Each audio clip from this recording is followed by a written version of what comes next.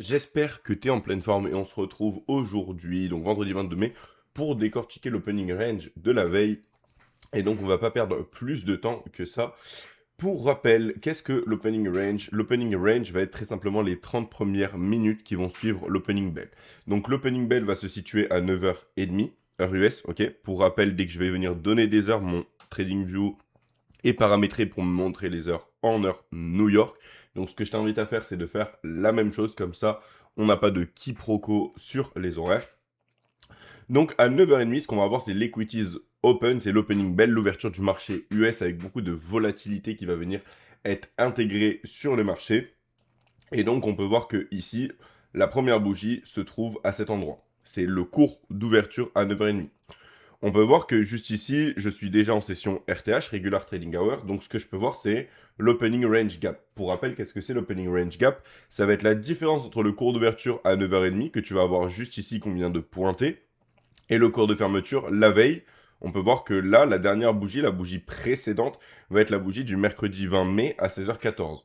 Pourquoi? Parce que forcément, quand tu vas être en Regular Trading Hour, tu vas avoir le marché qui clôture à 16h14, mais qui va venir continuer sur les heures de trading électronique. Et donc forcément, lorsque tu vas venir regarder le marché sous le point de vue RTH, tu vas avoir des informations qui vont être différentes, d'accord? Tu vas avoir ce qu'on appelle des opening range gap, ok?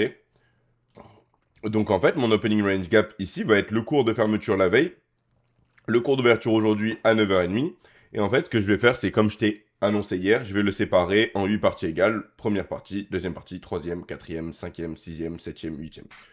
Pour petit rappel, ce que je t'avais annoncé, c'est que tu vas avoir une probabilité, d'accord, durant les 30 premières minutes. Donc, pour rappel, les 30 premières minutes, qu'est-ce que ça va être? Ça va être ton opening range. Donc, en fait, si tu pars de la bougie de 9h30 jusqu'à 10h, juste ici. Donc, ce qu'on va faire, c'est comme ça. Hop, opening range. Donc, ces 30 premières minutes, en fait, très simplement, ça va définir ton opening range. Durant cet opening range, tu vas avoir 70% de chances que le prix revienne à ce trait en rose. Qu'est-ce que c'est ce trait en rose? C'est très simplement le consequent encroachment de ton opening range gap, ok? C'est la différence entre le cours d'ouverture à 9h30, le cours de fermeture à 16h14, le milieu, c'est ce qu'on appelle le consequent encroachment de ton opening range gap. Donc, déjà, tu as une information qui est très importante, c'est que tu as 70% de chances que avant 10 heures, le prix revienne à ce trait rose. Donc ça te permet d'avoir un avantage et de pouvoir choisir de t'aider dans tes directions de trade. Donc qu'est-ce qui s'est passé? Très simplement, on a ouvert, on est parti à la baisse, on peut voir qu'on va avoir l'Asian sell side qui va résider à cet endroit-là. Le prix qui part à la baisse, qui vient chercher le NWOG High de la semaine, donc qui va être le New Week Opening Gap High. J'ai fait une vidéo dédiée au New Week Opening Gap sur ma chaîne si ça t'intéresse. Donc on peut voir qu'on y vient, le New Week Opening Gap qui se trouve à 29 172,75. Si je regarde le plus bas de cette bougie, va venir résider à 29 172,25. Donc on va avoir deux ticks d'écart, quelque chose qui est ultra précis.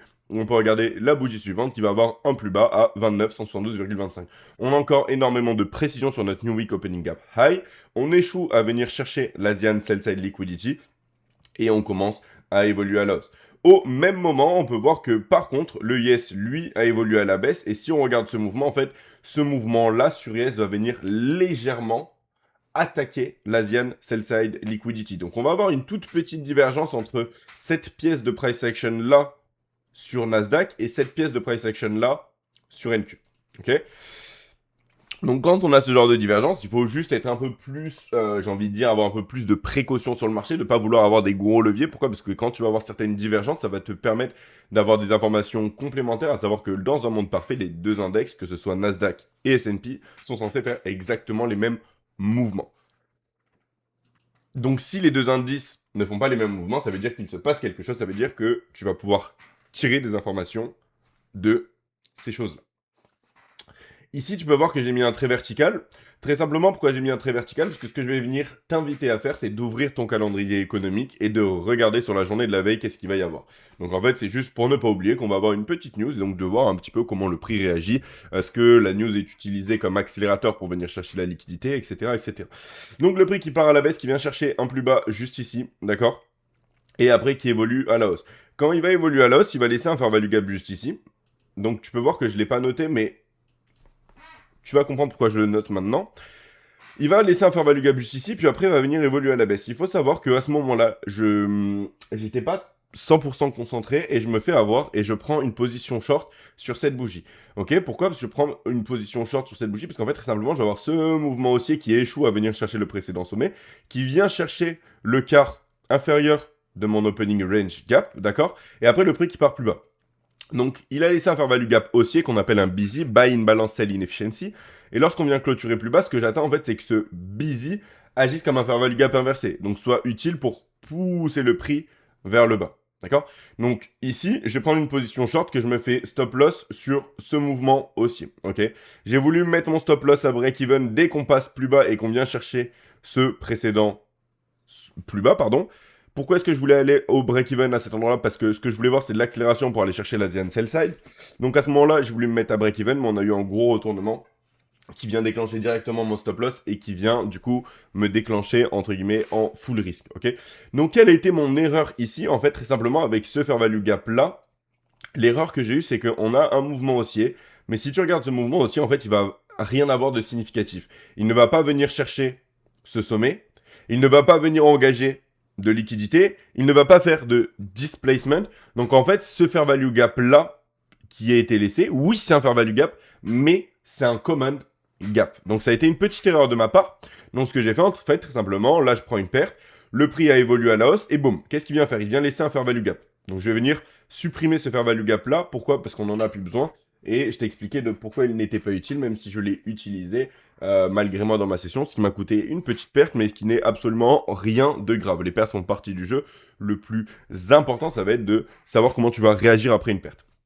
On a laissé un autre fair value gap. Ce fair value gap là est vraiment significatif. D'ailleurs, tu peux voir comment on l'a utilisé dans le futur. On l'a utilisé une fois ici, deux fois ici, une autre fois ici, une autre fois ici, une autre fois ici, une autre fois ici, etc., etc. On peut l'étendre et voir comment le prix va venir l'utiliser tout le long. Pourquoi ce fair value gap est plus important? Parce que très simplement, tu as un mouvement baissier, d'accord? Et un mouvement haussier. Ce mouvement haussier, en fait, il va venir chercher ce précédent sommet, d'accord? Donc au-dessus de ce sommet, il va venir résider de la buy side liquidity. Pourquoi? Parce que je vais avoir un swing high. Pour rappel, un swing high, c'est un pattern de 3 bougies. Une bougie qui fait un sommet, la bougie suivante qui vient faire un nouveau sommet, et la bougie suivante qui échoue à faire un nouveau sommet. Donc ici, je vais avoir un swing high, je vais avoir de la liquidité au-dessus, et donc quand le prix va venir passer au-dessus, va venir percer ce précédent sommet, il va laisser un fair value gap. Donc ce fair value gap là va être beaucoup plus significatif, parce qu'il va faire un mouvement important sur le marché. Donc ici, je vais avoir un common gap, et là, je vais avoir mon first FVG de la journée. Donc on peut voir que le prix évolue à la hausse. Il va y avoir un minor buy side. Ok, pourquoi est-ce qu'on voit pas ce minor buy side ici? Parce que si je me mets en électronique, tu vas voir directement ce que ça donne. Voilà d'où est tiré le minor buy side. Un sommet légèrement plus bas, un autre sommet légèrement plus bas. Donc on va voir ce qu'on appelle un equal high. Donc un high probability draw on liquidity. Donc en gros, globalement, c'était ma target. On retourne en RTH. Donc voilà d'où est tiré le minor buy side. Le prix évolue à la hausse. Est-ce qu'à ce moment-là, sur cette bougie-là, le prix est venu chercher le minor buy side? Absolument pas. Donc ce que j'attends de voir, c'est est-ce que le prix revient dans ce fair value gap-là pour me permettre d'avoir une opportunité de prendre une position longue et de venir chercher le minor buy side. Donc sur cette bougie-là, lorsque le prix évolue à la baisse, je viens rentrer en position longue et sortir de ma position longue au minor buy side. Lorsque je rentre à cet endroit-là, mon stop loss réside juste ici avec une entrée qui se fait juste ici. Donc on a quelque chose d'assez agressif. Ok, on va avoir cette position-là, d'accord?